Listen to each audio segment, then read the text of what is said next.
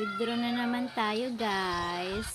Yan o, automatic $14, $15 na siya. Withdraw na natin. $14. Confirm.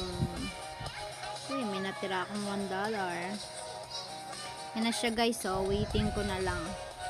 Mabilis lang pumasok, guys. Wala pa siya. Maya-maya papasok na to sa akin. Ayan. Yan na siya, $13. Oh my God.